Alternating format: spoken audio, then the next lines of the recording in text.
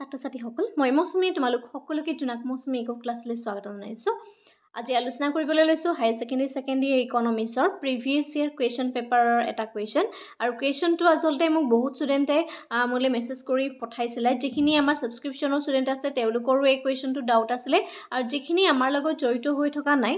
তোমালোকৰ মাজৰো কেইবাজন ষ্টুডেণ্টে এই কুৱেশ্যনটো আমালৈ পঠাইছিলা কুৱেশ্যনটো কৰাই দিবৰ কাৰণে আৰু সেইকাৰণে আজি সকলোৰে কাৰণে কুৱেশ্যনটো লৈ আহিছোঁ মই আশা কৰোঁ আজিৰ ভিডিঅ'টো তোমালোকৰ এই কনচেপ্টটোৰ ওপৰত যিমানখিনি ডাউটছ আছে সেই ডাউটখিনি ক্লিয়াৰ হ'ব আৰু চেষ্টা কৰিছোঁ একেবাৰে সহজকৈ তোমালোকক বুজাবৰ কাৰণে কাৰণ এটা ষ্টৰী হিচাপে যেতিয়া আমি কনচেপ্টটো মনত ৰাখি লওঁ তেতিয়া আমাৰ একেবাৰে মনত থাকি যায় ঠিক আছে আৰু কুৱেশ্যনটো হৈছে আই হোপ সকলোৱে দেখা পাইছা ওকে কুৱেশ্যনটো হৈছে দ্বিখণ্ডিত অৰ্থনীতি এখনৰ সামগ্ৰিক চাহিদা আৰু যোগানৰ ধাৰণাৰ সহায়ত কেনেধৰণে ভাৰসাম্য আয় আৰু নিয়োগ স্তৰ নিৰ্ধাৰণ কৰিব পাৰি তাক চিত্ৰৰ সহায়ত ব্যাখ্যা কৰা কেতিয়াবা তোমালোকক পৰীক্ষাত সক্ৰিয় চাহিদা বুলিও কুৱেশ্যনটো আহিব পাৰে অৰ্থাৎ কিন্তু এই কুৱেশ্যনটোত কোৱা হৈছে যে দ্বিখণ্ডিত অৰ্থনীতি এখনত কেনেধৰণে সামগ্ৰিক চাহিদা বা সামগ্ৰিক যোগানৰ সহায়ত এখন অৰ্থনীতিয়ে কেনেধৰণে এটা ভাৰসাম্য অৱস্থাত উপনীত হ'ব পাৰে এইটো ইম্পৰ্টেণ্ট হয় গতিকে তাৰ কাৰণে আমি এটা বেছিক কথা জানিব লাগিব যে অৰ্থনীতিখনত যিটো ভাৰসাম্য অৱস্থা বুলি কোৱা হৈছে সেই ভাৰসাম্য অৱস্থা বুলি ক'বলৈ যাওঁতে সামগ্ৰিক চাহিদা প্লাছ যিটো সামগ্ৰিক যোগান এই দুইটা কথা কৈছে গতিকে তাৰ ক্ষেত্ৰত আমি মন কৰিবলগীয়া কথাটো হৈছে যে ভাৰসাম্য হ'বলৈ হ'লে অৰ্থনীতিখনত সামগ্ৰিক চাহিদা আৰু সামগ্ৰিক যোগান এই দুইটা কি হ'ব লাগিব সমান হ'ব লাগিব আৰু এই কনচেপ্টটো পোনপ্ৰথমবাৰৰ বাবে আগবঢ়াইছিলে অৰ্থনীতিবিদ জেমছ কেইনছে ঠিক আছে আৰু জেমছ কেইনছৰ এইটো মতবাদ হয় যে এখন অৰ্থনীতি কেনেধৰণে আচলতে যোগান আৰু চাহিদাৰ সহায়ত তেওঁ ভাৰসাম্য অৱস্থাত উপনীত হ'ব পাৰে আৰু এইটো সক্ৰিয় নীতি চাহিদাৰ সক্ৰিয় নীতি বুলি কোৱা হয়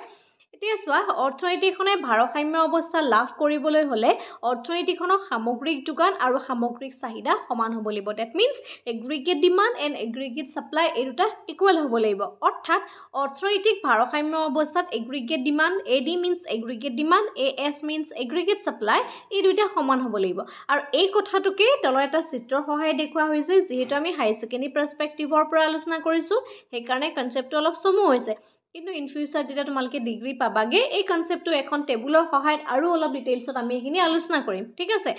বা তোমালোকে যদি আগলৈ ইকনমিক্সত তোমালোকে মেজৰ লৈ পেলাই আগবাঢ়ি যোৱা তেতিয়া এই কনচেপ্টটোৰ ওপৰত এখন টেবুল থাকিব সেই টেবুলখনৰ ওপৰত বেছ কৰি এটা ডায়গ্ৰাম থাকিব সেইখিনি বেলেগ কিন্তু হায়াৰ ছেকেণ্ডেৰী পাৰ্চপেক্টিভৰ পৰা আমি এইখিনি এটা ডায়গ্ৰামৰ সহায়ত বা চিত্ৰৰ সহায়ত বুজালেও হৈ যাব ঠিক আছে এতিয়া চোৱা এই চিত্ৰটোত যদি আমি চাওঁ চিত্ৰটোৰ ভালদৰে মন কৰিবা অ'কে আই হোপ সকলোৱে দেখা পাইছা এই চিত্ৰত অ' এক্স অক্ষত আয় বা উৎপাদনৰ স্তৰ দেখুওৱা হৈছে আৰু অ' ৱাই অক্ষত সামগ্ৰিক চাহিদা দেখুওৱা হৈছে এতিয়া চোৱা আমি ইয়াৰ আগতে সামগ্ৰিক চাহিদা আৰু সামগ্ৰিক যোগানৰ যিখিনি উপাদান আছে সেইখিনি অলৰেডি আলোচনা কৰিছোঁ হয়নে নহয় এতিয়া ইয়াত কি হৈছে এগ্ৰিগেট ডিমাণ্ড ইয়াত দুটা কম্পনেণ্ট আছে এগ্ৰিগেট ডিমাণ্ড চি প্লাছ আই কনজাম্পশ্যন আৰু ইনভেষ্টমেণ্ট দুইটা আছে আৰু এগ্ৰিগেট যিটো ছাপ্লাই হয় সেইটো হৈছে C plus F S consumption and saving ঠিক আছে এই দুইটা কম্পনেণ্ট আছে আৰু এটা কথা মন কৰিবা যোনটো এগ্ৰিগেট ছাপ্লাই কাৰ্ভ হয় সামগ্ৰিক যোগানৰ কাৰ্ভডাল হয় সেইডাল 45 ডিগ্ৰী লাইন হয় ঠিক আছে এইটো শূন্যৰ পৰা গৈছে গতিকে এইটো 45 ডিগ্ৰী লাইন আৰু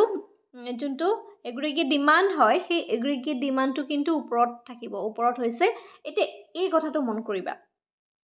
একদম ইয়াৰ আঁৰত থকা বেছিক কথা যোনটো তুমি কোনো কাৰণতে ভিডিঅ' মানে তোমাৰ যেতিয়া কুৱেশ্যন আনচাৰ লিখিবা কুৱেশ্যন আনচাৰ সেইখিনি কথা লিখিব নালাগে কিন্তু এই যিটো ডায়গ্ৰাম হয় এই ডায়গ্ৰামটোৰ আঁৰৰ যদি তুমি ষ্টৰিটো চাবলৈ যোৱা একদম সহজকৈ বুজাবলৈ চেষ্টা কৰিছোঁ সকলোৱে ভিডিঅ'টো মন দি শুনা স্কিপ নকৰিবা এতিয়া চোৱাচোন আমি ইয়াত এটা কৈছে যোনটো সামগ্ৰিক যোগান আৰু এটাল হৈছে সামগ্ৰিক চাহিদা এতিয়া আমি দেখিছোঁ যোনডাল সামগ্ৰিক যোগান that means A S curve এইডাল কিন্তু শূন্যৰ পৰা গৈছে দেখিছানে কিন্তু যোনটো এগ্ৰিগেট ডিমাণ্ড আছে সেই ডিমাণ্ডৰ কাৰ্ভডাল কিন্তু শূন্যৰ পৰা যোৱা এই ওপৰৰ পৰা গৈছে দেখিছানে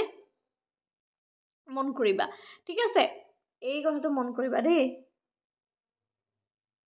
এডাল হৈছে সকলোৱে মূল দেখা পাইছা এইটো হৈছে aggregate demand and aggregate supply ঠিক আছে আৰু সেই কাৰ্ভডালত তুমি যেতিয়া আই স্তৰ নিৰ্ধাৰণ কৰিবা আই স্তৰ নিৰ্ধাৰণ কৰোঁতে তুমি y ৰে ডিটাৰমাইন কৰিছে y1 y2 y3 এনেধৰণে হৈছে ঠিক আছে এতিয়া এই দুইডাল কাৰ্ভে যোনটো বিন্দুত কটাকটি কৰিব কোনটো বিন্দুত কটাকটি কৰিছে ই বিন্দুটোত কটাকটি কৰিছে ই বিন্দুটোত কটাকটি কৰা মানে কি হৈছে যে এই বিন্দুটোৰ সামগ্ৰিক যোগান আৰু সামগ্ৰিক চাহিদা এই দুইটা কি হৈছে সমান হৈছে ঠিক আছে আৰু সমান হোৱাৰ কাৰণে সেই অৱস্থাত ভাৰসাম্য বিন্দুত উপনীত হৈছে আৰু ভাৰসাম্য অৱস্থাত যিটো বিন্দুত উপনীত হ'ব সেই বিন্দুটোতে ভাৰসাম্য আই স্তৰ নিৰ্ধাৰণ হ'ব সেই ভাৰসাম্য আই স্তৰটো হৈছে OY নট OY নট এইটো হৈছে ভাৰসাম্য আই স্তৰ ইয়াত কিন্তু দুটা কন্ডিশন আছে প্ৰথম কন্ডিশনটো চোৱা ফাৰ্স্ট এইচৰ যোনটো পইণ্ট এই পইণ্টত যদি আমি চাওঁ আমাৰ যোনটো এগ্ৰিগেট সাপ্লাই দেখিছানে এইটো এগ্ৰিগেট সাপ্লাইটোতকে এগ্ৰিগেট ডিমান্ডটো কি হৈছে বেছি হৈছে কোৱেশ্চনটোত কি হৈছে এগ্ৰিগেট যোনটো ডিমান্ড হয় এইটো চাবা দেই এইটো এগ্ৰিগেট ডিমান্ড আমাৰ ওপৰত এগ্ৰিগেট ডিমান্ড আৰু এইটো হৈছে এগ্ৰিগেট সাপ্লাই ঠিক আছে বাঢ়ি আছে নেক্সট ষ্টেজত আমাৰ কি হ'ল এগ্ৰিগেট সাপ্লাইটো কি হৈ গ'ল এগ্ৰিগেট সাপ্লাই বাঢ়িছে কিন্তু এগ্ৰিগেট ডিমান্ডটো কমি গৈছে ঠিক আছে গতিকে এই কনসেপ্টবিলাক মন কৰিবা তেতিয়া ডায়াগ্ৰামটো এটলিষ্ট মনত ৰ'ব ঠিক আছে কাৰণ ডায়াগ্ৰাম এটা যেটো তোমালোকৰ পৰীক্ষা শেষৰ পাইছেহি গতিকে আমি ডায়াগ্ৰামটো কেনেধৰণে মনত ৰাখিম দুটা পাৰ্টত ভাগ কৰি ললা এইটো পইণ্টত এগ্ৰিগেট ডিমান্ড ফাৰ্স্ট পাৰ্টটো যোনটো এগ্ৰিগেট ডিমান্ড এটো যেটো ডাঙৰ আছে গতিকে aggregate demand is greater then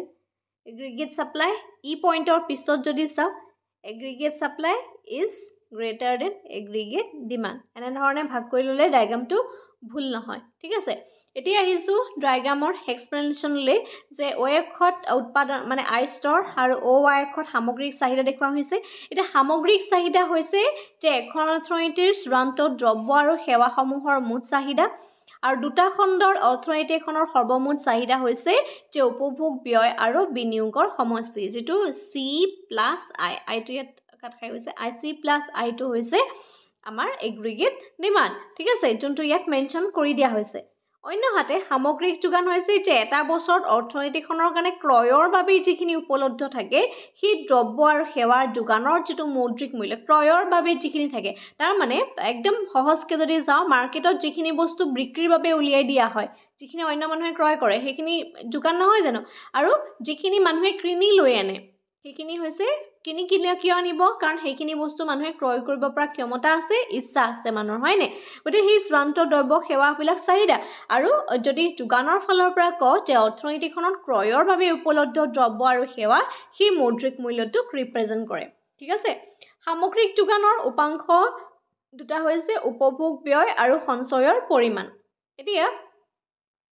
সেইকাৰণে ইয়াত ইকুৱেশ্যনটো দেখুৱা হৈছে যে ইকুৱেশ্যনটো চোৱা যোনটো সামগ্ৰিক চাহিদা হয় তাৰ ইকুৱেশ্যনটো হৈছে AD = C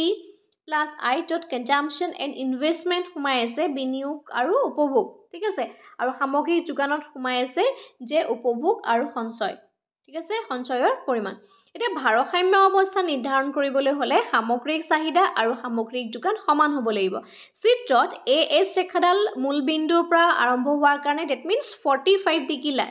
লাইন হয়নে আৰু যিডাল ৰেখাই ভাৰসাম্য বিন্দু চিনাক্ত কৰাত সহায় কৰিছে আৰু এই বিন্দুত AD আৰু AS ৰেখাডাল যেহেতু সেট কৰিছে মানে দুইডাল ৰেখাই কটাকটি কৰিছে ঠিক আছে কটাকটি কৰাৰ কাৰণে AD আৰু AS সমান হৈছে আৰু এই বিন্দুতে ভাৰসাম্য আই স্তৰ উপনীত হৈছে যোনটো আমি OY নট বুলি কৈছো ঠিক আছে গতিকে এইটোত ভাৰসাম্য আই স্তৰত উপনীত হৈছে গতিকে এই বিন্দুত ভাৰসাম্যতা লাভ কৰা যেটো অৱস্থা সেই অৱস্থাটোকে আমি কি বুলি কওঁ সক্ৰিয় চাহিদা বুলি কওঁ ঠিক আছে আই হোপ